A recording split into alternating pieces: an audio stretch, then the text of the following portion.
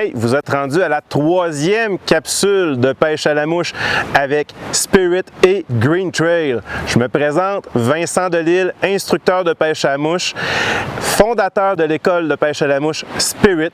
C'est quoi ça, Spirit? Ben, c'est l'esprit de la rivière, mais c'est aussi l'esprit de la communauté et c'est aussi, je suis un ancien travailleur social, c'est l'esprit du rétablissement. Parce que je fais pas juste ça parce que oui, je suis passionné de la pêche à la mouche, mais ça a été une thérapie pour moi et j'ai la chance maintenant de pouvoir l'utiliser comme un outil complémentaire de thérapie justement avec des jeunes qui sont en traitement de la dépendance ici à Québec et aussi dans d'autres régions.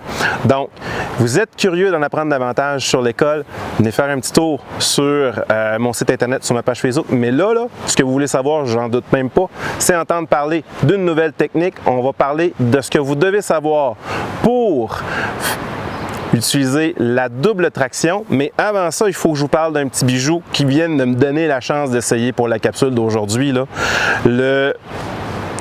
Le reel Voltec et une canne Prestige que va falloir que vous vous dépêchiez parce que il en reste en quantité limitée, mais l'ensemble m'a vraiment fait triper. Pourquoi? De un, on a un moulinet qui est surf and turf, c'est-à-dire que aussi bien fait bien sûr pour le saumon que pour le bar rayé. Donc la Gaspésie ou la Côte-Nord, attachez votre sucre, vous allez être capable de pêcher 24 heures sur 24 si vous aimez le café.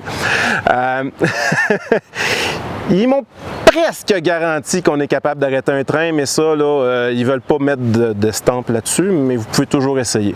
Mais vous allez vous faire du fun, puis pourquoi c'est un moulinet, justement, qui est surf and turf? Le mécanisme de frein est scellé à 100%. Donc, vous allez pouvoir survivre à l'eau salée, mais peu importe, je donnerai toujours ce conseil-là, peu importe le fabricant, même si vous allez en eau salée, vous êtes bien protégé, mais rincez après chaque sortie. Ce sera le conseil externe de la capsule d'aujourd'hui. Puis pourquoi la canne m'a fait triper?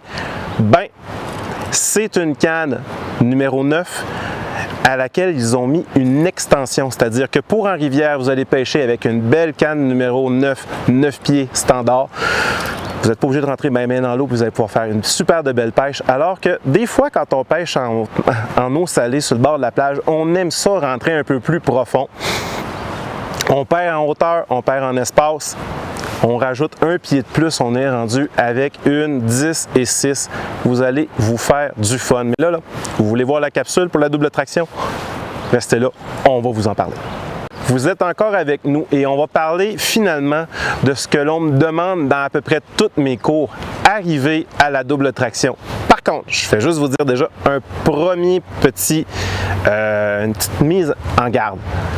La double traction est super utile et efficace, mais il faut savoir bien gérer les bases dont on a parlé justement dans les 2 dernières capsules. Si vous êtes capable de faire un lancer overhead en sortant de la soie supplémentaire en plus de votre boucle, vous n'êtes pas loin de pouvoir commencer. Maintenant, par contre, si vous faites déjà de la batterie, si vous jouez de la batterie, ça va bien aller. Si vous ne jouez pas de la batterie, mais que vous êtes capable de rouler à vélo, puis de parler en même temps, un peu de pratique, puis vous devriez y arriver. Parce que c'est une question de décoordination. Là, je vous fais faire des lancers depuis le début juste avec une main. Avant même d'essayer de le faire avec votre canne, là, je vais la déposer par terre. Puis quand vous déposez votre canne par terre, faites attention pour pas que personne ne marche dessus parce que c'est la façon dont on les brise les plus souvent.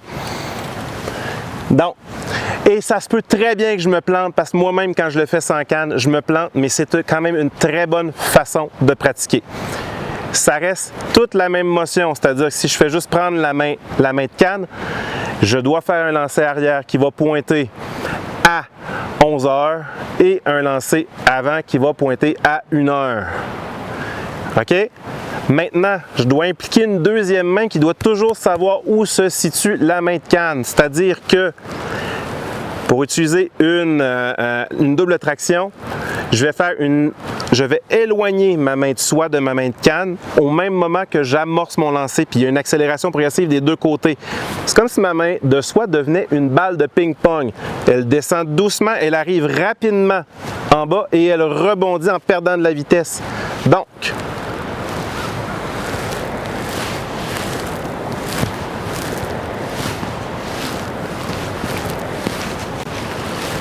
et Ben, j'ai de la misère moi-même à en faire 3-4 fois parce que je n'ai pas l'action de m'asseoir, mais je vous invite à quand même essayer de le pratiquer sans la canne. Dans le pire, allez-y vraiment lentement et avec de petits mouvements,